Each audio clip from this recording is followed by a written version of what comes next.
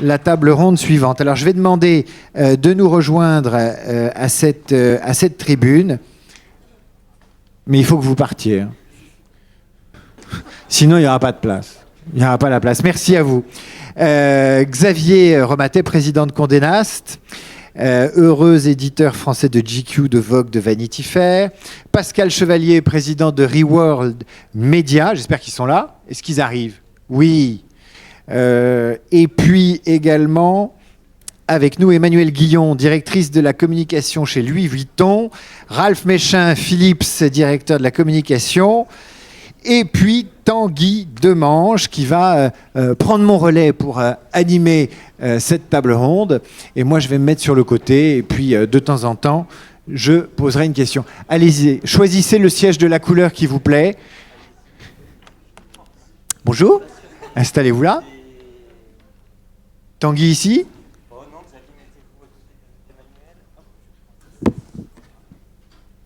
Je vais prendre un micro. Bonjour à toutes et à tous. Merci David Abiker, merci. Donc j'ai plus vraiment besoin de présenter celles et ceux qui composent cette table ronde. On va parler, ça fera plaisir à Corinne Denis, de business model. On va parler de changement dans les sources de revenus des éditeurs de presse, et puis aussi changement dans les moyens d'investir pour les marques. Et on va essayer de ne pas être trop technique. David, vous nous direz si on est trop pointu, et puis vous nous interromprez si...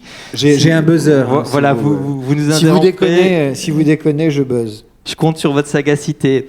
D'abord, un constat. Le constat, c'est que si on regarde les chiffres IREP, il y a quand même beaucoup moins d'investissement en presse magazine ces 5 dernières années. Je crois qu'on est à moins 27%. L'année dernière, on a fait moins 10%. Et il faut regarder en même temps, l'étude France Pub qui montre qu'il n'y a pas du tout, qui donne pas le sentiment pour les annonceurs de moins investir. Et au contraire, il y a une véritable ébullition liée aux dépenses sur Internet. Alors, Emmanuelle Guillon, on va commencer avec vous. Je ne sais pas si vous avez un micro, allez-y. Je vais vous poser peut-être une question un peu provocatrice, mais pourquoi est-ce qu'aujourd'hui, un annonceur comme Louis Vuitton croit encore dans la presse magazine, et en quoi ça lui est indispensable? Pourquoi c'est provocateur? Parce que c'est pas provocateur. Ce qui est provocateur, c'est que j'y crois pas. Surtout dans un public de gens qui travaillent dans la presse magazine. Là, c'est facile pour moi de dire qu'on y croit. Alors, pourquoi on y croit? Pour 1000 raisons. On y croit parce que il n'est plus à démontrer en fait aujourd'hui l'influence de manière générale de la presse. Alors après, la presse magazine, ça recouvre plein de réalités très différentes. Mais on va dire pour la presse magazine de qualité dans lequel on a plaisir à figurer, c'est des contextes communautaires de contenu qui sont propices à capter des publics qui ont les mêmes centres d'intérêt que nos consommateurs de produits de luxe, et qui sont donc des écrins intéressants pour exprimer nos valeurs, nos idées, nos produits, et qu'aujourd'hui on a tendance toujours à exagérer et à polariser les choses, mais c'est pas parce que le digital est arrivé que la presse magazine n'a pas encore des tas de choses à raconter. Les gens qui consultent des sites internet continuent aussi à feuilleter des magazines. Les magazines ont des sites internet qui prolongent l'expérience qu'il y a dans leurs magazines. Vous trouvez les mêmes choses en termes de contexte sur les sites internet des sites de presse? Non. Enfin, non. Aujourd'hui, alors là, pour le coup, ça c'est provocateur, je vais me faire que des ennemis dans la salle, mais aujourd'hui, sur les sites internet des magazines, c'est encore très balbutiant. Donc les contenus sont... Tout le monde développe, hein, donc il y a beaucoup d'énergie qui est dépensée par les magazines pour essayer de... Je crois qu'on cherche un petit peu aussi où est le lectorat, où est le public, qu'est-ce qu'on raconte sur les plateformes digitales qu'on raconte pas nécessairement sur du papier, quelle est l'originalité de l'expérience qu'on a. C'est pas les mêmes temps de lecture, c'est pas les mêmes réflexes. Donc je pense que tout le monde cherche un petit peu. Aujourd'hui, il n'y a pas de formule magique. Je serais pas capable de vous citer Peut-être que Xavier saurait le faire. Moi, je ne saurais pas citer aujourd'hui un magazine exemplaire qui est une plateforme digitale extraordinaire. Typiquement, Vogue.com, en l'occurrence, fait partie des sites dans le microcosme communautaire de la mode qui nous intéresse en tant que maison Louis Vuitton, a vraiment son public identifié. Donc typiquement, c'est on va dire un espace communautaire qui est intéressant sur la plateforme digitale. Ça ne retire rien au magazine papier. Ça n'est jamais que du complément.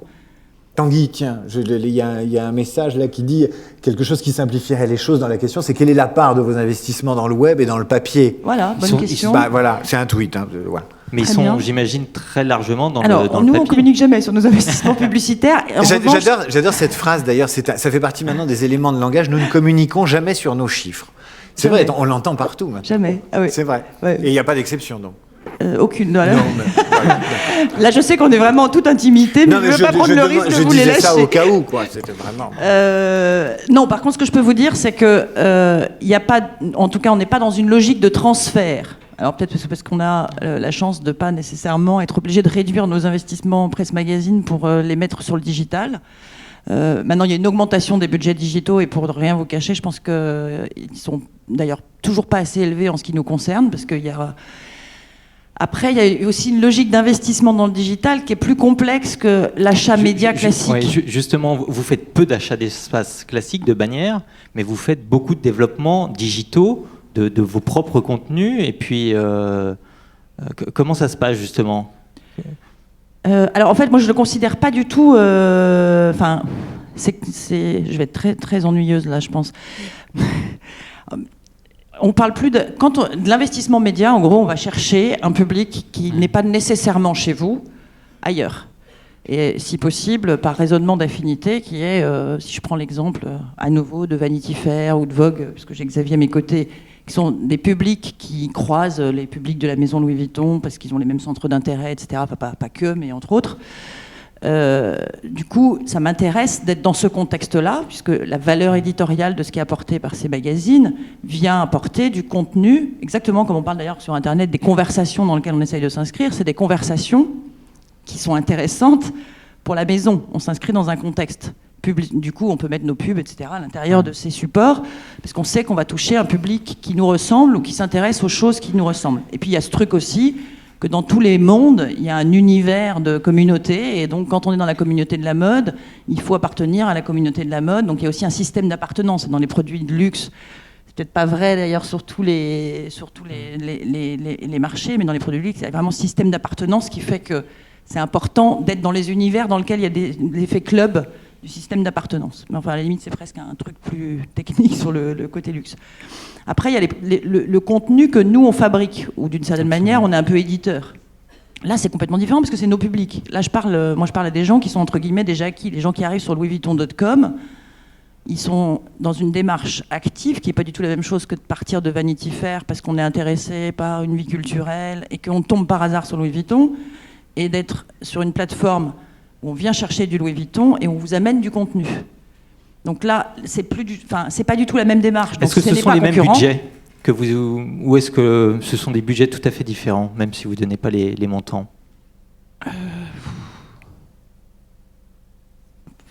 C'est compliqué. Oui, je ne les calcule pas comme ça, parce que moi, je produis du contenu. Donc, quand on est éditeur et qu'on produit du contenu, c'est-à-dire que sur louisvuitton.com, on fabrique des films, on fabrique des articles, on fabrique des choses qui concernent l'univers et la vie de notre maison. Mais quand vous les valorisez, pour vous, ce ne sont pas des dépenses de communication? Ou si, mais en fait, on les arbitre pas. On les arbitre pas. On fait comme tout le monde. Hein, on a des colonnes de chiffres quand même. où on compte quand même les choses. Mais on les arbitre pas en se disant je vais mettre 2% ici et 5% ici. Il faut que j'équilibre ce truc-là. C'est pas fait comme ça. Je sais pas si on devrait le faire comme ça, mais c'est pas fait comme ça. On sait que pour 1000 raisons analytiques, quel montant d'investissement on a envie de mettre. Et en plus, ça se fait à l'échelle mondiale dans le magazine. On sait combien on a envie de mettre dans le digital, ou comment on peut se permettre de mettre plus que ce qu'on a envie de mettre dans ce qui est plus classiquement de l'investissement média digital. Puis après, on essaye aussi de construire des contenus qui prolongent l'expérience, parce qu'on sait que les gens sont demandeurs dans nos maisons de luxe, qu'on leur raconte des histoires, qu'on leur vende d'autres choses que des produits, mais une expérience plus complète. Enfin là, je commence à dire des choses qu'on entend partout et qui sont très pénibles, ennuyeuses à entendre, parce qu'on lit ça partout. Mais c'est la réalité, c'est-à-dire qu'on a une partie dans notre site louisvuitton.com qui s'appelle News. Il y a 75% des gens qui sont dans ce qui est un peu un magazine digital d'une certaine manière. Il y a 75% des gens qui viennent visiter ce site qui sont en fait dans des revisites. Donc c'est un indice du fait que les gens sont demandeurs d'avoir du contenu, de l'information dans l'univers d'une maison. Alors je sais pas, peut-être que quand on consomme de la Vitel, on n'a peut-être pas envie de prolonger à ce moment-là la culture. À Ralph Méchin pour Philips. Alors vous occupez de la partie grand public, des produits, des produits grand public de Philips. Tout à fait, oui. À côté de choses plus santé, B2B, imagerie médicale, éclairage. Comment vous, et en plus vous ne faites pas uniquement de la presse magazine, comment vous arbitrez justement en fonction des différents produits que vous avez à promouvoir Alors la galaxie Philips, c'est très important de le préciser en préambule, c'est 7 business units aujourd'hui, puisqu'on couvre aussi bien le rasage masculin, la beauté féminine, l'équipement de la maison, le repassage, la puriculture, l'hygiène bucco-dentaire. Donc c'est énormément d'univers divers et variés. On oublie la télé et le son, c'est qui plus ne du nous tout dans le appartiennent groupe. plus effectivement Voilà. aujourd'hui en nom propre, puisque ce sont des accords de licence. Moi, ma stratégie, elle est simple, c'est faire rayonner la marque Philips sur l'ensemble des 3 médias français les plus importants, télévision, presse écrite et digitale, de la manière la plus pertinente qui soit, en fonction de la catégorie sur laquelle je vais communiquer. Est-ce que vous communiquez sur vos chiffres non plus? Alors moi, je communique sur mes chiffres. Allez-y, dites-nous. Mais là, c'est un autre point important, c'est qu'est-ce qu'on entend par investissement lorsqu'on parle de digital. Aujourd'hui, et ça c'est une guideline de l'international, 25% de mon budget média est consacré aujourd'hui au digital, et c'est quelque chose qui va s'accélérer rapidement dans les 3-4 prochaines années. Mais en digital, on intègre tout ce qui est search, et aujourd'hui c'est un budget très très important en France, mais aussi à l'échelle internationale. Et on intègre aussi un nouveau player, on peut dire, dans la galaxie média qui était un peu inattendu, à savoir Amazon, puisque Amazon, depuis maintenant 1 an, dispose de sa régie publicitaire et se considère en tant que tel comme un véritable média. Nous, le digital, on a 2 approches chez Philips. La première, c'est déclencher du business immédiat. Et c'est vrai que le search et notre partenaire Amazon là-dessus nous aident énormément. Et la deuxième chose, c'est dialoguer avec nos consommateurs. Soit effectivement par nos pages Facebook Community Management, dont le budget relève des 25% dont je viens de parler, soit au travers d'opérations spéciales avec des pure players en affinité avec notre cible. Mais c'est vrai qu'en termes d'investissement média, on ne va pas faire du média traditionnel sur le digital. Non, mais par contre, vous pouvez faire du 100% presse magazine. Alors, encore une fois, c'est une question d'affinité. Sur la beauté féminine. Alors, chez Philips, c'est les épilateurs, les sèche-cheveux, les brosses nettoyantes pour le visage. Très concrètement, par rapport à l'ampleur de mon budget média, il est évident que si je veux émerger, je dois rester focus sur un média. Et pour la beauté féminine, c'est forcément la presse écrite par rapport à l'impact qu'elle peut avoir en termes d'image et de business sur la marque. D'accord. Et sur le rasage masculin, ce qui nous concerne moins, vous et moi, puisque... on n'est pas... Alors c'est ce qu'on appelle le grooming, Tanguy. C'est-à-dire le grooming, voilà, absolument. Là, vous faites du digital. Alors sur le rasage, là j'ai un peu plus de chance parce que Philips étant le numéro 1 mondial du rasage masculin, c'est effectivement là où j'ai du budget très conséquent. Avec mon arrivée il y a un peu plus de 2 ans, j'ai souhaité que Philips fasse un retour en presse écrite masculine sur le rasage parce que je voulais absolument dynamiser et multiplier les points de contact vis-à-vis du consommateur. Donc on fait effectivement du tri-média et c'est la seule marque Philips sur laquelle on fait du tri-média digital, print et télévision. Et on voit effectivement que lorsqu'on multiplie les points de contact vis-à-vis du consommateur avec un vrai souci de cohérence derrière, on a gagné 7 points de part de marché en moins d'1 an. Et vous, alors ce qui est aussi intéressant dans le cas de Philips, c'est que vous avez cette stratégie très bien orchestrée entre le paid, le own et le earn. Est-ce que vous pouvez nous expliquer un peu Alors moi je suis fan des Américains sur ce qu'on appelle les stratégies de communication intégrées. Je cite souvent Coca-Cola qui a lancé ce concept il y a un peu plus d'une dizaine d'années maintenant aux États-Unis. Et c'est vrai que chez Philips, j'ai eu le souci tout de suite au sein de mon département d'intégrer une équipe qui gère l'ensemble des points de contact vis-à-vis du consommateur final, donc en l'occurrence les RP, les médias et le digital, pour développer un maximum de synergie intelligente entre ces 3 départements, mais aussi avec nos partenaires médias. Car je souhaite positionner Philips en tant que partenaire des médias, que ce soit d'ailleurs presse écrite, digitale ou télévision, et non pas en tant que simple annonceur, qui est un mot que je n'aime pas.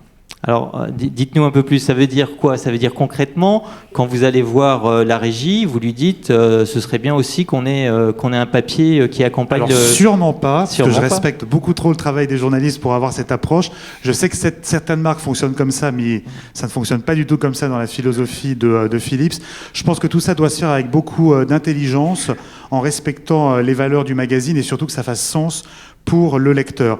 Mais je dirais que c'est vraiment un cercle vertueux et je le vis au quotidien chez Philips avec des retours de clients concrets comme Darty ou le BHV, où concrètement on a des consommatrices, des consommateurs qui arrivent dans les magasins avec les magazines dans leurs mains ou citant le Elle, le Glamour, le Grazia, parce qu'ils ont vu tel ou tel produit. Donc il y a un vrai pouvoir prescripteur de la presse écrite, notamment en électrobeauté. Et par conséquent, si les journalistes parlent de nous, je fais plus de business, je dégage davantage de budget marketing, j'ai plus de budget média pour soutenir les magazines. Donc c'est un vrai cercle vertueux, mais qui démarre avec le soutien des journalistes. D'accord.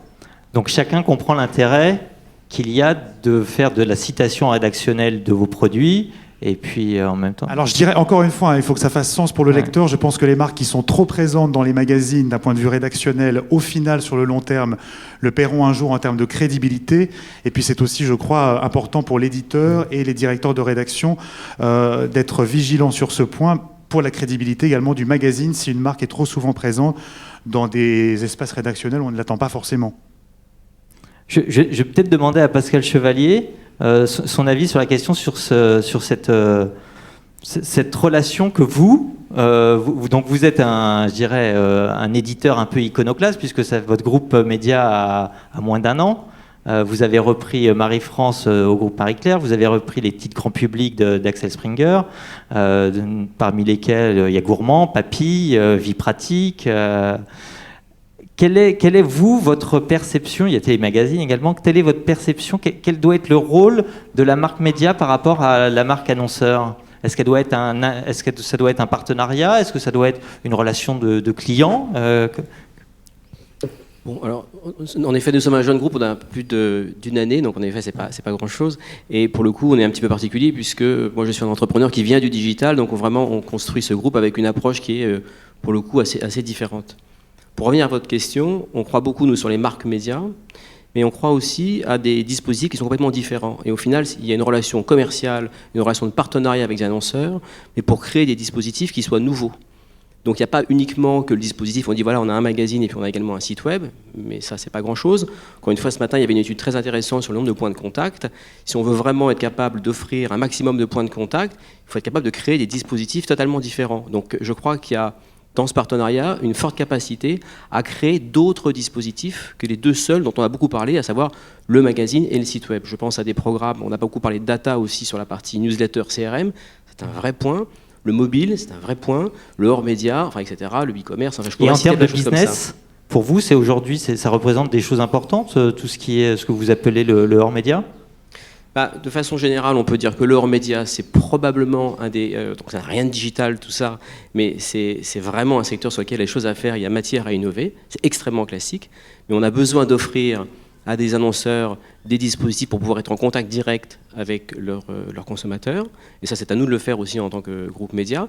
Et puis ensuite, encore une fois, il faut être capable de pousser, d'innover. Il y a un point aussi qui est important, c'est sur ce marché, on a souvent une approche un peu trop critique en disant le marché est en crise, etc. Alors nous, on ne pense pas ça du tout. Encore une fois, je pense que le marché des médias est super, il y a de la croissance. Après, voilà, il y a simplement des dispositifs qui ont du mal, et puis il y a des dispositifs qui, pour le coup, eux, sont en croissance. C'est à nous d'être suffisamment agiles pour aller très vite prendre la croissance là où elle est, et innover sans arrêt, créer des produits. Mais là où il y a plus de croissance, ce sont plutôt dans les dispositifs digitaux. Et les marques que vous avez, les marques de presse que vous avez, ont au départ une faible implication digitale. Alors elles n'avaient pas du tout d'ailleurs d'implication digitale, mais là aussi, il faut bien connaître son secteur et être capable d'aller à l'essentiel. Est-ce qu'aujourd'hui, vous pensez que c'est important de faire la course à une audience forte sur un site web? Je pense que non. Parce que ça veut dire qu'aujourd'hui, si vous souhaitez vraiment faire la course à des audiences fortes, il y a déjà des acteurs qui sont très forts et qui ont des audiences très très importantes. Et on risque ensuite, ou certains médias vont risquer d'aller produire un contenu avec une faible qualité. Je pense à tous ceux qui ont beaucoup de forums, etc. Et au final, on gagne en audience, mais on perd en qualité. Donc finalement, on va perdre en annonceur. Et en plus, ce modèle n'est pas bon, puisque le modèle économique derrière, qui est le modèle du CPM, il lui-même en baisse, puisque derrière, on part de plus en plus vers ces plateformes de trading automatique, les ad exchange. Donc finalement, c'est un faux sujet, celui-là. Donc encore une fois, à nous, médias, d'avoir suffisamment d'agilité et de franchise, de dire, c'est pas le bon chemin, il ne faut pas faire la course ici. Restons sur des audiences qui soient très quali, pas forcément très importantes, mais très quali, et pour simplement être capable de fournir à un annonceur quelque chose, un dispositif ou des points de contact, puisqu'on parle de ça, des points de contact, qui sont importants, et surtout on doit connaître ces points de contact, à qui je parle. Mais bon, pourquoi vous gardez le papier ? Pourquoi, puisque vous allez gérer la décroissance du papier. Est-ce que... Je prends un exemple, par exemple, Fimalac a choisi d'investir dans des pure players digitaux. Vous auriez pu choisir de faire la même chose, plutôt que de créer vos audiences digitales et en même temps de gérer la décroissance. C'est un bon exemple. En plus, venant du digital, c'est beaucoup plus facile pour moi. Il y a une valeur dans la marque qui est très importante. Et ça, malheureusement, une marque qui a 50 ans, elle a une valeur qu'on n'arrivera pas à créer en quelques années. Deuxième point, c'est que la prise en main du papier, ça va continuer de vivre, et c'est très important. Et c'est probablement un média, c'est le média que l'on garde, c'est le média qu'on prend plaisir à lire. Enfin, c'est vraiment différent. Je trouve qu'à part le contenu qu'on est capable de pousser, on est capable de créer de l'émotion. Et ça, c'est sur le papier. On ne crée pas beaucoup d'émotions sur le digital. Ensuite, il faut être capable de justement garder, d'améliorer et d'investir encore sur le papier. Ça choque quand je dis ça aujourd'hui, mais il faut investir encore sur le papier. Par contre, il faut simplement anticiper la baisse du marché. Le marché va continuer de baisser, à la fois sur la diffusion, parce que le lectorat bouge, mais à la fois sur les investissements publicitaires, et puis d'anticiper les autres dispositifs. Maintenant, en tant que groupe média, les audiences au global ou les points de contact progressent. Dans notre cas, on se retrouve avec une audience globale qui progresse très forte, mais qui progresse essentiellement sur les nouveaux dispositifs et moins sur les anciens. Xavier Romatet, est-ce que, comme Pascal Chevalier, vous pensez que, bien sûr, être éditeur, ce n'est plus simplement faire des revues papier et c'est être très diversifié ? Contre toute attente, je suis totalement d'accord avec ce qui vient d'être dit.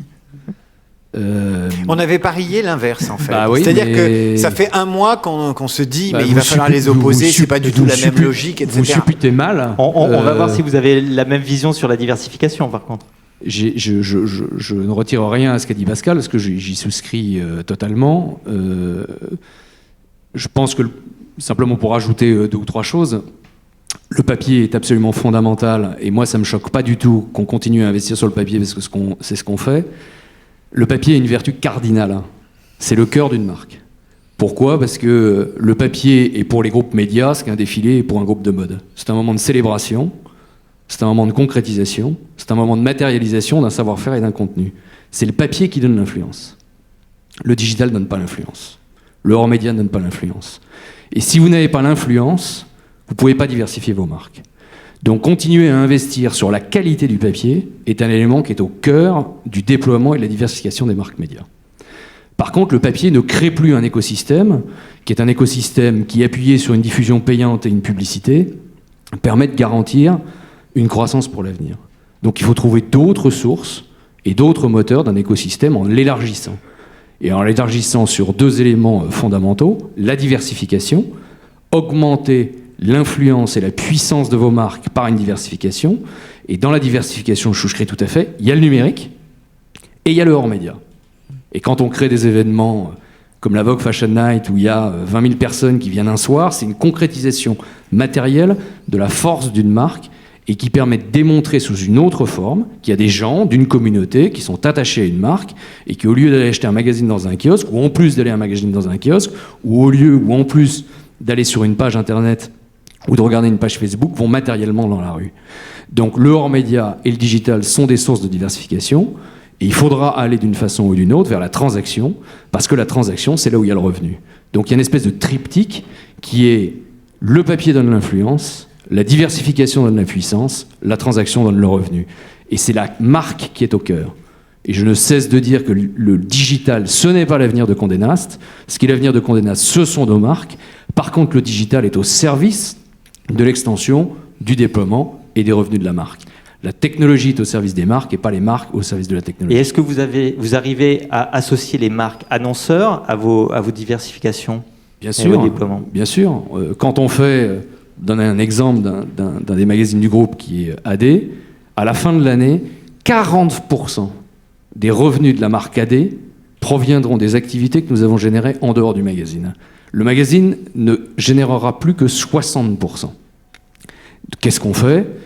Pour un exemple, quand on fait une manifestation qui s'appelle AD Intérieur, qui aura lieu du 5 septembre au 22 novembre prochain au musée des arts décoratifs, où on invite les plus grands décorateurs à venir exposer leur savoir-faire, où on attend 45 000 visiteurs payants, où on a des partenaires qui viennent s'associer à cet événement, on génère, au travers d'une manifestation comme celle-ci, 800 000 euros de chiffre d'affaires. 800 000 euros de chiffre d'affaires, c'est beaucoup plus qu'un numéro d'AD. Et donc c'est une source de diversification, de revenus, c'est une source d'attachement à la marque, c'est une source de concrétisation de la relation que vous avez avec vos publics, et c'est une source de partenariat avec un certain nombre de marques. D'ailleurs, c'est une marque de LVMH qui sera le principal partenaire de cet événement. 40% de vos revenus et combien Sur AD. Sur AD et sur votre marge, par contre, ce sera beaucoup plus important. Et sur la marge est beaucoup plus importante. On est plus proche de 60%. On sera à la fin de l'année probablement à 55% de la marge qui viendra des activités hors magazine. Je voudrais aussi qu'on parle sur tout ce qui est développement digital, de ce qui est peut-être un mot très à la mode, qui est le native advertising. Alors, il y a quelques années, on a parlé d'opérations spéciales, on a parlé de brand content. Certains, les puristes veulent qu'on dise branded content, mais pas juste brand content. Qu'est-ce que, pour un éditeur comme Condé Nast, est-ce que le native ad, si tant est qu'on se mette d'accord sur une définition, ça peut être une source de revenus intéressante? C'est quoi le native ad? Je ne sais pas ce que c'est que ce truc. L'année dernière, c'était brand content, le mot à la mode. Cette année, c'est native advertising. L'année prochaine, ça sera je sais pas quoi. Cette profession a une espèce de tendance naturelle à inventer des mots pour cacher des réalités qui sont simples. Le métier d'un éditeur, c'est de produire des contenus.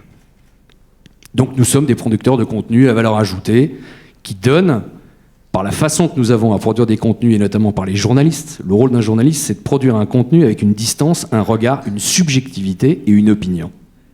Il produit ses contenus. Si le native advertising, dont je ne sais toujours pas ce que c'est, consiste à dire nous allons produire des contenus payés par les marques, la réponse est oui. Par contre, à une seule condition, qui est celle du respect et de la transparence. Il faut respecter les journalistes. Respecter les journalistes, ça veut dire que si on leur demande de produire du contenu que les marques nous demandent de produire, il faut les payer pour faire ça. En plus de ce qu'ils sont payés naturellement pour produire du contenu éditorial. Deuxièmement, il faut respecter les annonceurs. Si les annonceurs nous demandent de produire du contenu, alors il faut que le contenu que nous produisons soit fait par des vrais professionnels, c'est-à-dire par des journalistes. Et pas leur dire on va faire ça par la rédaction et faire ça par des sous-stagiaires ou par des sociétés extérieures. Il faut les respecter. Et troisièmement, il faut respecter le lecteur. Si le native advertising, c'est un énième mot pour se cacher derrière la réalité et faire de l'éditorial, qui est du Canada Dry, de la publicité, je trouve que c'est du foutage de gueule. Donc il faut respecter le consommateur. Respecter le consommateur, ça veut dire identifier très clairement, que ce soit sur le print ou que ce soit sur le digital, les zones dans lesquelles on va raconter une histoire de marque. Le rôle des journalistes, c'est de mettre en perspective, c'est de raconter des histoires. Il n'y a pas de mal à raconter des histoires de marque. Il y a des très belles histoires à raconter pour des marques. Il faut que ça soit fait par des professionnels. Il faut que ça soit fait en respectant le cadre dans lequel ça doit être fait. Et il ne faut pas faire de confusion entre de l'éditorial et de la publicité sous forme de native advertising. Et Emmanuel Guillon, est-ce que Vuitton a déjà fait du native ad, ou c'est quelque chose qui pour le moment vous paraît un peu confus? D'abord, je voulais dire que j'aime beaucoup les définitions de Xavier du sujet. Et effectivement, d'abord, je suis d'accord avec ces appellations nouvelles là, tous les ans qui tournent et qui veulent rien dire, et qui effectivement cherchent à masquer une réalité qui est assez simple, qui est est-ce qu'on est capable de construire des contenus sans mentir aux gens, en leur expliquant qu'effectivement, il y a une marque derrière ce contenu. Et, parce que je pense qu'en plus, c'est des débats complètement passéistes. C'est-à-dire que les gens ont pas... Il n'y a pas un monde où il y a les marques et un monde où il y a la vérité du monde des journalistes. Il y a effectivement un monde de points de vue dans lequel il faut être clair sur est-ce qu'il y a une liberté dans le point de vue ou pas. Et si on va même plus loin que ça, la liberté des magazines, on sait très bien qu'elle est aussi parfois, même si c'est évidemment pas ce qu'on cherche à faire, influencée aussi par des phénomènes financiers par ailleurs. Donc en réalité, tout ça, c'est quand même un peu de l'hypocrisie, si je peux me permettre. Donc autant appeler un chat, on produit un contenu ensemble, il faut que ça soit lisible pour tout le monde, et ça ne veut pas dire que c'est de la merde pour autant si on décide de le faire bien, avec des gens de qualité, qu'il ne faut pas semblant de faire autre chose. Donc nous, faire du natif contenu, oui, ça nous arrive. Il n'y a pas longtemps, on a fait un numéro spécial avec Sofia Coppola, qui était chief editor d'un supplément du W. Le contenu est un vrai contenu journalistique de W. Il y a beaucoup de contenu Louis Vuitton. C'est clairement un numéro spécial Louis Vuitton. Sur le print, vous savez le faire, ça marche bien. Par contre, sur le digital... Sur le digital, pour l'instant, on n'en a pas fait des tonnes, plus par manque d'opportunités, parce que pour être honnête, parfois le temps nous manque, et donc si les magazines ou les supports digitaux nous présentent des projets qui nous intéressent, on saute dedans, et pour l'instant, il n'y a pas nécessairement de projets qui nous ont été proposés. On vous a pas présenté des choses qui voilà, vous mais ont... à nouveau, parce que le sujet, c'est pas de faire du public rédactionnel... un peu neuneux, quoi. Enfin, vous voyez ce que je veux dire, ce fameux truc hypocrite qu'on n'a pas envie de faire. Soit on fait de la pub, on essaye de mettre du soin aussi dans les publicités qu'on fait. C'est pas parce qu'on est dans une logique commerciale qu'on peut ne pas rien raconter, ne pas respecter les gens, ne pas chercher à faire des belles images, ne pas chercher à les emmener quelque part. Donc dans tous les cas, pour nous, ce qui est important, après on peut rater, on peut le faire mal, mais on a toujours l'ambition de raconter quelque chose, si possible d'intéressant, d'une manière esthétique et qui fasse rêver les gens. C'est ce qu'on fait tous les jours, quelle que soit la communication qu'on fait. Donc après, c'est un débat de fabrication qui en fait est, j'ai envie de dire, pratiquement secondaire. Pascal Chevalier, ce serait une source de revenus important pour Reworld Media, ce type de produit publicitaire? Je vais continuer dans cette même lignée. Je pense encore une fois qu'il faut rester sur un contenu quali, et donc ça fera une petite source de revenus complémentaire, mais c'est pas du tout la panacée. Et au final, voilà, tous ces mots marketing, c'est des mots qui veulent pas dire grand-chose parce que ça va changer l'année prochaine, etc. Par contre, ce qui est très important encore une fois, c'est justement de ne pas aller sur la production de contenu qui n'est pas du contenu quali. Je reviens sur l'histoire de forums, etc. où finalement ça n'apporte rien ni au lecteur, ni à la marque, ni aux médias. Ça, c'est un vrai point. Après, sur le digital, il y a quand même une réflexion aujourd'hui, c'est que du contenu quali, il va probablement changer de format, notamment les vidéos. Alors, on est très haut, enfin vraiment au début pour l'instant, mais on commence à trouver des vidéos sur Internet qui sont vraiment quali. Alors, c'est vrai que c'est un peu nouveau, parce qu'on doit faire rencontrer, enfin nous qui venons d'un univers où il y avait beaucoup d'écrits en tout cas, il faut faire rencontrer avec d'autres métiers des gens qui sont capables de produire des films, de scénariser une histoire, donc c'est un peu compliqué. Mais là, il y a un véritable terrain d'expression pour faire des choses un peu quali. Mais il n'y a pas grand-chose pour l'instant sur la vidéo. Sur la vidéo, vous avez les moyens de produire des vidéos pour des annonceurs ? Alors chez nous, oui, on le fait. Mais encore une fois, je pense que là, avec beaucoup d'humilité, il va falloir apprendre et on va faire beaucoup d'erreurs. Donc on a pris un certain nombre de secteurs sur lesquels on travaille sur la vidéo, notamment sur la partie cuisine. Alors c'est assez simple parce qu'évidemment une recette de cuisine en film, on va la rater un peu moins bien qu'une recette que l'on va lire. Et donc maintenant à nous de faire des films et qui soient suffisamment interactifs, intéressants, etc. Et c'est vrai que ça prend un peu de temps. Et après, sur l'ensemble des univers que l'on peut couvrir, et notamment sur des marques, dans la beauté, dans le luxe, etc., il y a vraiment des choses à faire. Mais on est vraiment qu'aux prémices, là. Mais je me permets d'intervenir pour aller dans votre sens.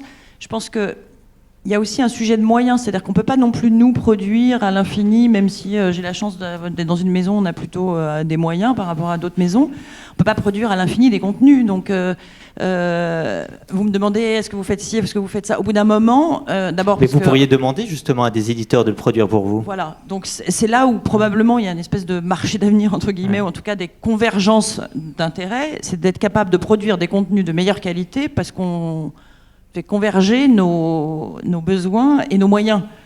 On a à cet endroit-là, qui est la demande ou la recherche de contenu de nos lecteurs, clients, consommateurs, selon où on se place, cette attente qu'ils ont de contenu de qualité, si on est intelligent, on peut peut-être se serrer les coudes, entre guillemets, pour essayer de produire des contenus de meilleure qualité, parce qu'on peut, ni les magazines, ni les sites digitaux, ni les maisons n'ont les moyens de produire à l'infini des très beaux contenus. parce que on sait que ça coûte de l'argent de fabriquer des sujets. Qui doit produire? Je voudrais justement. Mais c'est un partenariat. Moi, je pense qu'il y a beaucoup de partenariats à faire parce qu'on a tous une partie de la réponse. Par exemple, donc aujourd'hui, Reworld, ce sont 200 personnes, et si on regarde le nombre de cartes de presse, c'est 14 personnes. Par contre, le nombre de gens qui produisent des contenus, c'est beaucoup plus que ça. C'est une quarantaine de personnes. Ouais, c'est un autre sujet. Je reviendrai sur la carte de presse après. Là, si on reste sur le sujet de la vidéo, je pense que la compétence n'existe pas sur le marché. C'est assez nouveau ce dont on parle. Faire des films qui soient quali, beaux, c'est vraiment différent. Il faut créer ces équipes. Pour le coup, nous, on investit beaucoup en ce moment sur ce sujet. Donc, on crée des équipes, on travaille avec des partenaires externes et on est en train de travailler pour avoir justement cette usine à faire des choses quali. Probablement que dans 6 mois, on sera capable de vous montrer en disant on a fait suffisamment d'erreurs et d'échecs pour dire maintenant, regardez, c'est ça qu'il faut faire. Donc, on est en train de construire cette compétence, en tout cas. Mais sur le marché, il n'y a pas cette compétence. Au final, est-ce que ce sont des journalistes avec la carte de presse qui vont produire ça ou des gens qui viennent plutôt du cinéma? Je pense en fait que c'est un peu de tout ça. Il y a des gens qui vont devenir des experts de production, de contenu vidéo de qualité. Je pense qu'il n'y en a quasiment pas aujourd'hui. Ralph, vous, est-ce que vous faites du native, vous faites du branded content ou aujourd'hui vous n'avez pas les budgets pour faire ça? Alors en print, bien évidemment. Maintenant sur le digital, avec des forts enjeux de rajeunissement de la marque Philips, on travaille énormément en coproduction avec des blogueuses et de plus en plus également avec des youtubeuses. D'accord. Donc que vous rémunérez ou comment ça se passe avec les blogueurs? Exactement comme pour le système, la stratégie que je vous expliquais tout à l'heure. C'est encore des synergies entre RP Média à la petite échelle des blogueuses et des youtubeuses, c'est-à-dire que certaines d'entre elles effectivement se font rémunérer et puis elles vont être fidèles à la marque et reparler de la marque dans le courant de l'année. D'autres, c'est purement gracieux. Et certaines, notamment les youtubeuses qui commencent à émerger de plus en plus depuis 1 an, c'est du 100% rémunéré. D'accord. Et vous allez jusqu'à rémunérer, jusqu'à l'acte d'achat? Est-ce que, comme un système d'affiliation, jusqu'à la conversion du prospect en client? Alors, j'ai découvert ça il y a quelques mois, puisqu'on a signé un partenariat avec le blog Art de Vivre, leader sur l'art de vivre au masculin, qui s'appelle Comme un camion. Et effectivement, le blogueur a demandé à devenir un affilié commercial Philips. Alors, je crois même que c'est la première fois dans l'histoire de Philips qu'on a signé effectivement un partenariat commercial avec un blogueur, c'est-à-dire que tous les produits dont il parle sur son blog, vendus par son intermédiaire sur l'e-shop Philips, il touche une commission à hauteur de 5 ou 6%. Donc ça, c'est pour les blogueurs. Est-ce qu'un éditeur, Pascal Chevalier ou Xavier Romatet, pourrait faire la même chose, aller du côté de l'affiliation? Xavier? Alors, Emmanuel disait, j'y souscris, un blogueur, c'est un journaliste véreux. Si la question c'est est-ce qu'on accepterait que nos journalistes deviennent affiliés Philips, la réponse est non. Bon, il faut qu'on fasse attention. Je veux dire, le journaliste, c'est pas qu'un producteur de contenu. La carte de presse, c'est pas une carte, c'est un statut. Ça donne une immense liberté, ça donne des droits, ça donne des devoirs. Et je crois que la crédibilité des marques médias vient de la capacité qu'on a à laisser les journalistes faire leur métier.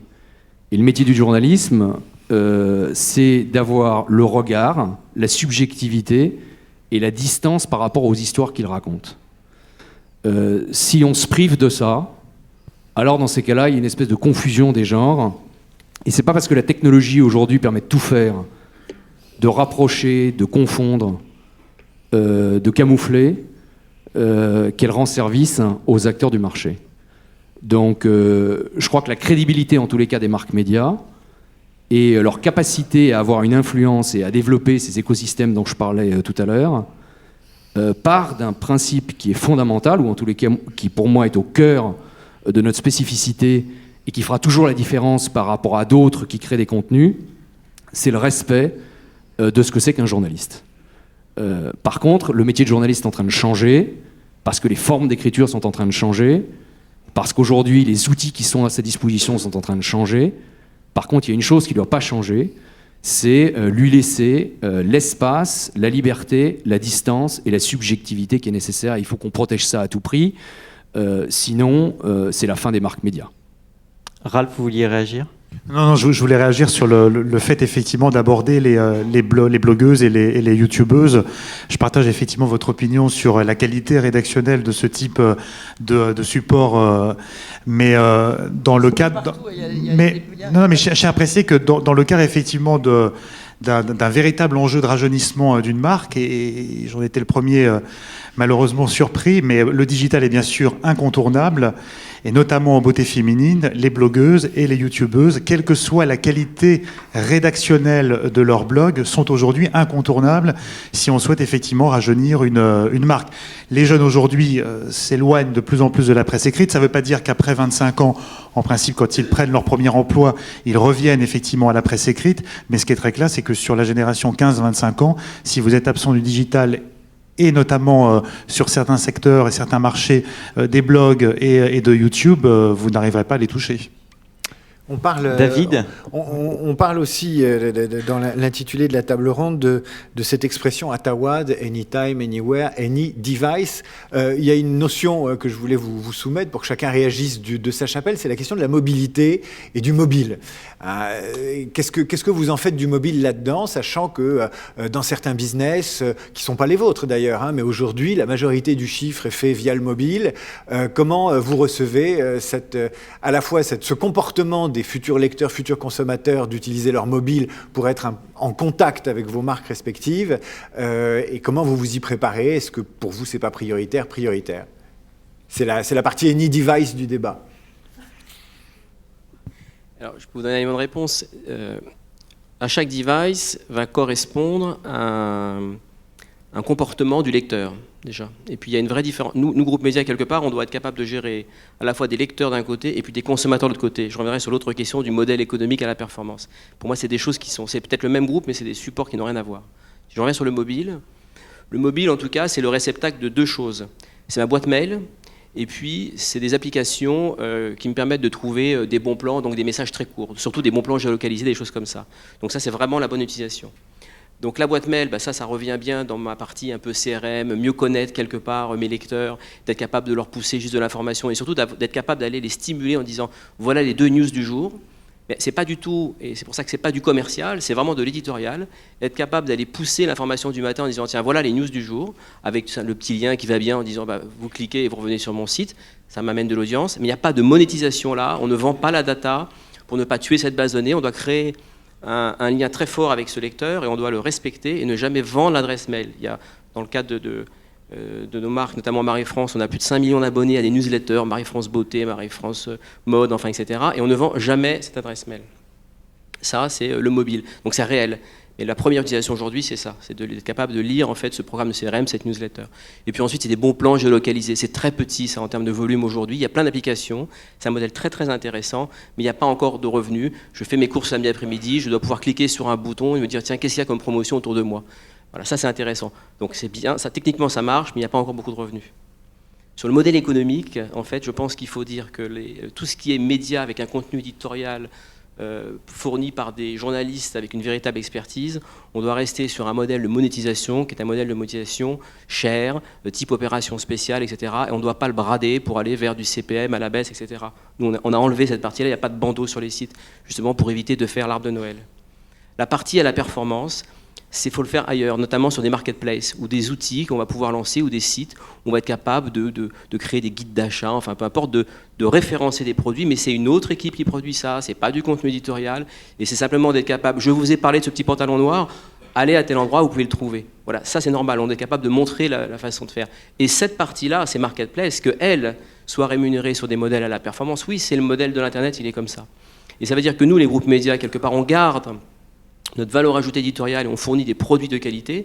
Et de l'autre côté, on a aussi des nouveaux sites, avec nos marques ou d'autres d'ailleurs, que l'on va créer, et on va aller se battre pour le coup en termes de publicité face aux géants du web aujourd'hui, à savoir Google, etc. Parce que c'est là où il y a un véritable enjeu.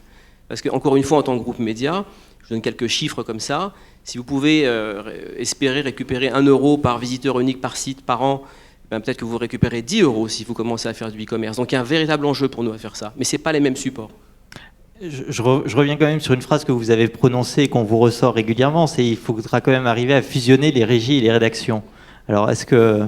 Ça, toute la journée, vous avez parlé de ça. À un moment, tout le monde se dit, mais alors, comment c'était? Mais il y a 30 ans, bah, je sais pas, moi, oui, il faut que les gens travaillent main dans la main. Ouais. Ça veut dire que moi aussi, quand je parle avec mes enfants, je suis terrifié parce que je vois qu'ils lisent pas de magazines et je leur dis quand même, vous pourriez lire quelque chose. Et ils me rétorquent toujours, mais tu sais, moi j'ai les informations avant sur Twitter. Et au final, je passe pour quelqu'un d'has-been alors que je suis purement un produit digital. Ben voilà, c'est comme ça a évolué. Alors j'ai beau ne pas être d'accord, c'est comme ça. Et bien aujourd'hui, je pense qu'on se doit de travailler tous main dans la main. Donc c'est vrai pour les régies qui, elles aussi, ont fait leur évolution. C'est vrai pour les rédactions qui, elles aussi, ont fait leur évolution. Mais c'est vrai aussi pour les annonceurs. Et voilà, les temps changent, c'est tout. Et il faut quand même maintenir des médias de qualité en maintenant des rédactions indépendantes qui choisissent leur sujet et qui ne sont pas obligés de citer des marques, qui ne sont pas obligés de... Évidemment. Non mais encore une fois, évidemment, il ne faut pas faire ça.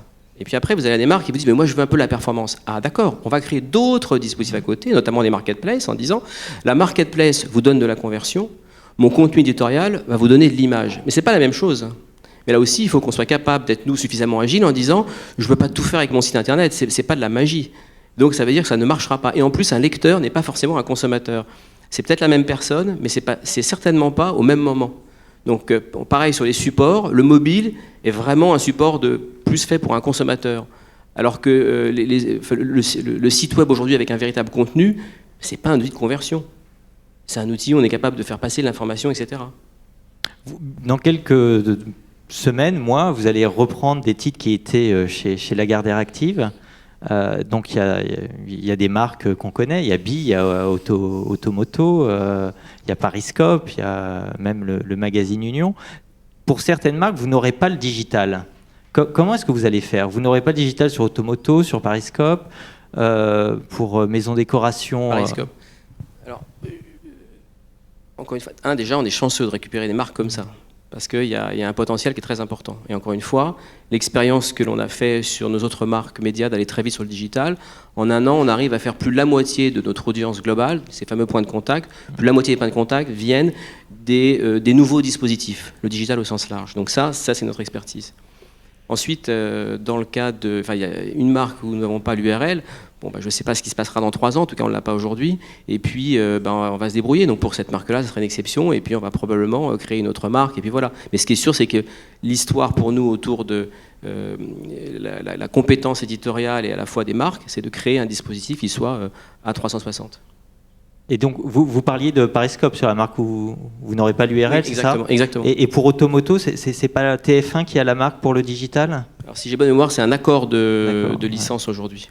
D'accord. Donc, vous pensez que vous aurez les moyens de développer une thématique masculine sur le...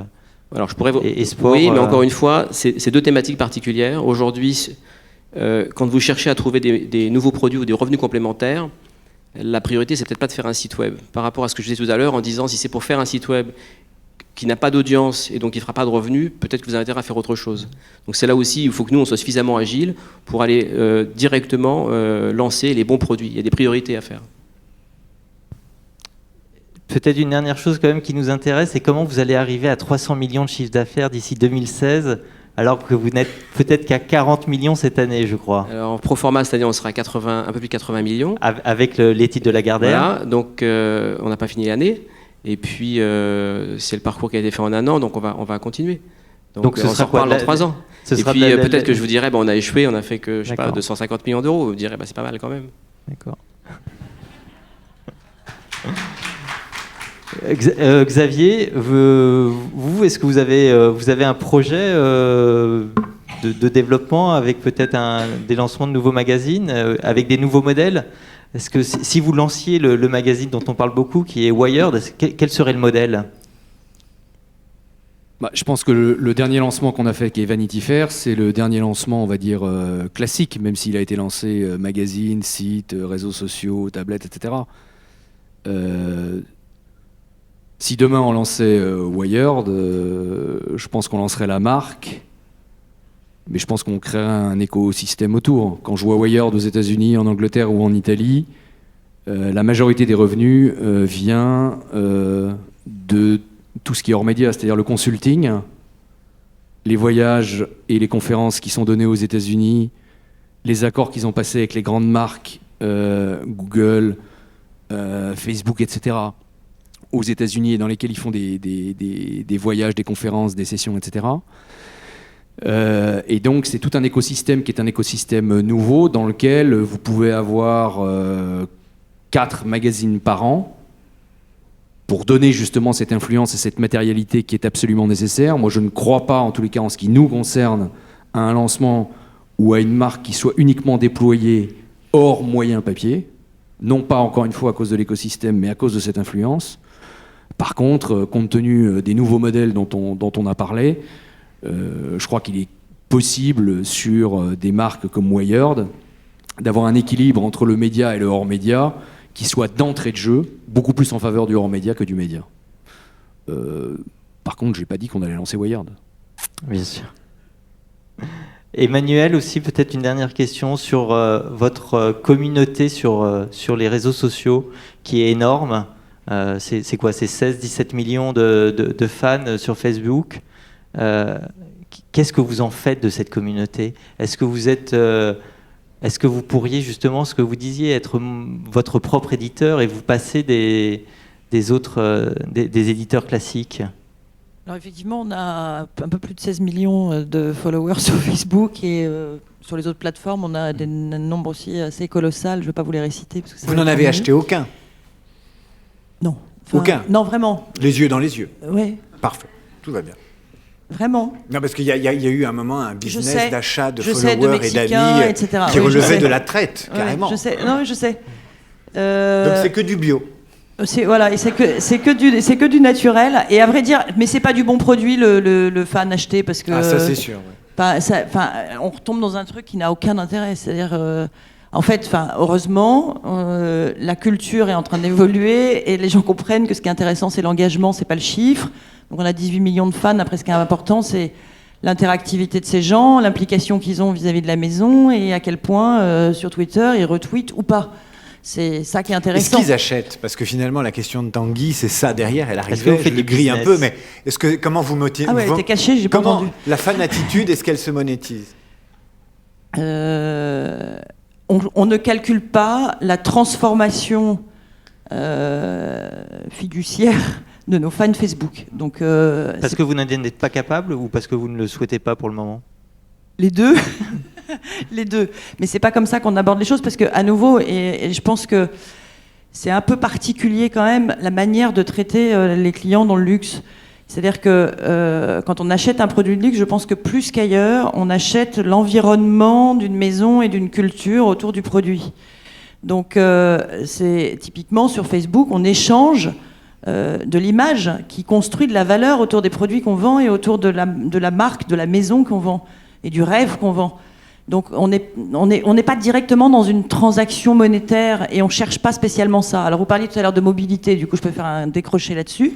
On a lancé par exemple une application qui s'appelle LV Pass qui pour le coup remplit plus cette fonction plus mécaniquement mercantile qui est effectivement je pars d'un contenu et très rapidement je raccourcis les chemins pour qu'il y ait une possibilité d'acheter. Donc j'atterris très vite sur un site commerçant qui me propose, par exemple, la liste des produits qu'il y avait dans une campagne de publicité. Donc là, on est vraiment dans un truc qui est vraiment une fonction très ramassée de l'acte commercial. Parce que, pour reprendre ce que vous disiez, quand on est en mobilité, on cherche de la rapidité, de la fluidité, on est beaucoup plus proche de la transaction, etc.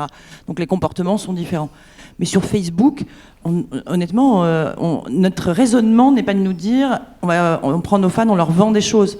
Nos fans sont des gens avec lesquels on cultive la culture de la maison. Évidemment, on est une maison commerciale, donc évidemment derrière, pour qu'ils aillent dans des magasins acheter des choses ou sur notre site internet pour acheter des choses. Mais on les informe de nos nouveaux produits, on les informe des actualités, dont nos défilés, etc. Donc évidemment, il y a une réalité commerciale derrière. Mais il n'y a pas de sujet directement. Vous pouvez constater d'ailleurs, il n'y a pas de lien direct à cliquer ici et acheter la référence NB 472 à 1432 €. Est-ce que vous diriez que finalement vous avez des fans parce que vos fans lisent la presse magazine qui met vos produits dans cet écrin dont parlait Xavier Rematet et que finalement c'est parce qu'il y a ce travail en presse magazine que vous avez des fans et que ce n'est pas une génération spontanée digitale? J'aimerais dire ça pour vous faire plaisir, mais c'est quand même un raccourci un poil Bah, j'en sais exagéré. rien. Non, sincèrement, je pense que c'est une somme de choses. Et là, évidemment, la presse magazine y contribue, puisque la presse magazine contribue à mettre la maison Louis Vuitton dans un écrin qui contribue à la désirabilité de la maison. Mais spontanément, vous mettez Louis Vuitton n'importe où, sur n'importe quoi. Il y a une non, mais c'est intéressant. Enfin, c'est intéressant. Après, d'ailleurs, il faut faire attention à ce qu'on fait. Mais c'est 160 ans d'histoire, donc c'est 160 ans de construction de la désirabilité de cette maison, y compris d'ailleurs avec des ratés qui la rendent moins désirable parfois. Mais voilà, donc c'est évidemment pas que la presse magazine. La presse magazine a été un des outils de la construction de la désirabilité de cette maison et va continuer pendant longtemps à l'être, parce que tout ce qu'on a dit jusqu'à présent, des contextes qui sont propices à créer de la valeur autour du contenu. Et quand je dis du contenu, c'est comme le disait Xavier, des vraies histoires, des points de vue, des choses qui ne sont pas nécessairement que de la transaction mercantile. Et sur le site de Vogue.fr, vous avez trouvé des gens qui ne sont pas forcément acquis à votre marque, qui sont plus volatiles en matière de luxe. Si je prends le prochain défilé de Nicolas Guéquière, sa collection croisière, sa première collection croisière, qu'est-ce qui serait le plus intéressant? C'est que vos fans Facebook viennent le voir sur le site Vuitton, ou que des non-fans le voient sur le site... J'ai pas envie de choisir, je veux que les gens aillent partout. C'est-à-dire que les fans de Louis Vuitton, qui sont 18 millions, a priori sont intéressés et ils se sont déclarés comme étant intéressés par la maison, donc je pense qu'ils vont le suivre. Et par ailleurs, ce qui est intéressant, c'est que justement, à travers Vogue.com ou Style.com ou des blogueurs, il y a d'autres gens qui ne sont pas nécessairement acquis, mais qui vont s'intéresser par un système d'affinité, de centre d'intérêt au monde de la mode, etc. Surtout que là, en plus, on est hors des saisons de mode, donc spontanément, les gens ne sont pas forcément au courant, donc ils ne viennent pas tous sur nos sites. Même si on fait des efforts pour les mettre au courant qu'il va se passer des choses. Dans 3 jours. Voilà. Pascal Chevalier? Non, moi, je pense que les réseaux sociaux sont des réseaux d'information et d'influence, et ça doit s'arrêter là. C'est pas un endroit où on fait du commerce. Le commerce se fait ailleurs. D'ailleurs, quand vous regardez aujourd'hui, il y a très peu d'exemples de gens qui vont chercher à monétiser. Ça ne se monétise pas. Et la force, c'est la force des marques. Xavier? Moi, je pense qu'on peut monétiser.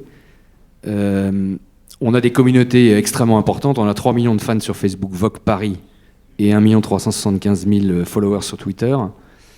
On a une double monétisation. La première, ça représente 25% du trafic sur Internet. Donc ça nous désensibilise par rapport à Google. Et très honnêtement, et à titre de citoyen et à titre de chef d'entreprise, moins je suis sensible à Google, mieux je me porte. Donc ça a une valeur. C'est autant de SEO et de mots-clés à acheter en moins. Et si je peux monter à 30 ou 35% de notre audience qui vient des réseaux sociaux, ça a une valeur marchande que je peux parfaitement monétiser. La deuxième chose, c'est qu'on a fait des tests business pour nous-mêmes auprès de nos communautés. On obtient des résultats exceptionnels. Quand je dis pour nous-mêmes, c'est pour vendre nos propres contenus. J'en dis pas plus parce que on explore avec les réseaux sociaux des choses tout à fait innovantes. Il y a un terreau pour vendre nos propres contenus exceptionnel. Et c'est là où les coûts d'acquisition sont les moins élevés par rapport à tout ce qu'on a testé en dehors. Donc je crois que là, il y a des marges de monétisation directes qui sont extrêmement importantes. Pascal, peut-être un dernier mot? Non, ou une question de David? Ce qui me fait peur, là, on a peur de Google, c'est un peu ça. Et moi, j'ai aussi peur de Facebook, parce que quelque part, si on arrive à créer des modèles qui sont suffisamment intéressants, on peut malheureusement se faire couper l'herbe sous le pied très rapidement, où on va nous dire, c'est une super idée, en fait, votre truc, finalement, la rémunération, elle est pour nous. Et c'est toujours très difficile d'essayer de construire des produits, une audience, où on dépend d'un partenaire, où on n'a aucune façon de le maîtriser. Enfin, c'est impossible. On subit et c'est tout. Quel est le modèle que vous suivez, qui vous ressemble le plus? Est-ce que c'est ce qu'a fait Axel Springer en reprenant Zanox, qui était une plateforme d'affiliation? Est-ce que c'est ce qu'a fait Forbes aux États-Unis? Est-ce que... Il y a plein de modèles qui sont intéressants. Enfin, évidemment, ce qu'a fait ce groupe Axel Springer, c'est plus d'1 milliard aujourd'hui de chiffre d'affaires sur le digital, c'est superbe. Vraiment, c'est un très bel exemple, probablement un des plus beaux en Europe. Donc il y a plein de beaux exemples comme ça.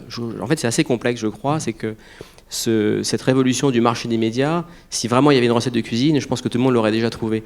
On teste avec beaucoup d'humilité et je peux vous assurer que tous les jours on fait des erreurs, mais alors pour le coup, nous, on a développé cette culture entrepreneuriale, la culture de l'erreur, où en fait on essaye tous ensemble et puis on se dit bon bah là au moins on s'est bien trompé, on a compris, on va pas le refaire. Et je pense que c'est comme ça, on va y aller de façon un peu empirique par moment. Alors on a une stratégie. Alors nous on a peut-être la particularité chez nous, c'est que il y a une véritable vision industrielle, stratégique de l'actionnaire et qui est une fusion avec le dirigeant, et donc c'est plus facile, on a le temps de construire les choses, mais sincèrement j'ai pas une recette magique. Ce que je vous dis, c'est on va beaucoup travailler, on travaille beaucoup et puis on va faire énormément d'erreurs. Et votre expérience précédente chez NetBooster, qui était des choses du marketing à la performance, est-ce que ça peut vous aider justement à... Oui, mais alors c'est un autre sujet, c'est que sur le marché des médias, tout le monde se bat sur ce modèle du CPM, et en fait on se bat sur un tout petit marché. Le vrai marché où moi je souhaite me battre, c'est d'aller prendre un peu d'argent à Google. Parce que si vous regardez le marché de Google France, c'est 1,6 milliard qui est dépensé, enfin qu'on dépense tous chez Google chaque année. Est-ce qu'on ne peut pas, nous, les groupes médias, aller récupérer 1 ou 2%? Parce que là c'est pas un fromage, c'est énorme ce qu'il y a à récupérer. Alors sauf que c'est vrai, il faut vraiment arriver à de nouveaux produits. Et il faut aussi changer nos modèles économiques. Ça veut dire que c'est un modèle à la performance. Donc, c'est pas grave. Ce sont les règles du jeu qui sont comme ça. À nous de créer des produits, de nous adapter. Mais c'est là où il y a un véritable enjeu. Ce sera le mot de la fin quand même. Aller prendre de l'argent à Google, c'est une croisade. C'est bien comme ça. Ça, c'est une croisade. Tanguy ? Eh bien, écoutez, moi j'ai Merci. fini. Merci Emmanuel Guillon, merci Ralph Méchin, Xavier Romatet et Pascal Chevalier. David Abiker, je vous rends la salle. Merci.